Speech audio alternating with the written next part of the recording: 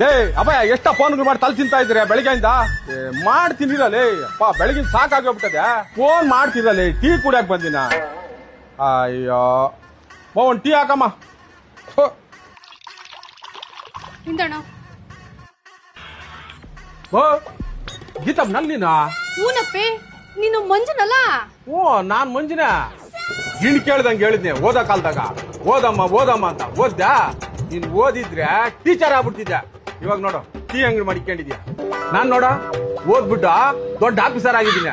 ತಿಂಗಳಕ 50,000 ಸಂಬಳ ಗೊತ್ತೇನಾ? ಅತ್ತರ್ಯ ಟೀ ಅಂಗಡಿಗೆ ಎಷ್ಟಾತ ವ್ಯಾಪಾರ? ಏನೋ ಒಂದ್ 10,000 ಆತದಣ್ಣ. 10,000 ಅಲ್ಲಮ್ಮೇ 10,000ಕ ತಿಂಗಳೆಲ್ಲ ಜೀವನ ಮಾಡಕತ್ತದ. ನಾನು 10,000 ಹೇಳಿದ್ದು ತಿಂಗಳಕ್ಕಲ್ಲ, ಒಂದು ದಿನಕ್ಕೆ 10,000 ಅಂತ.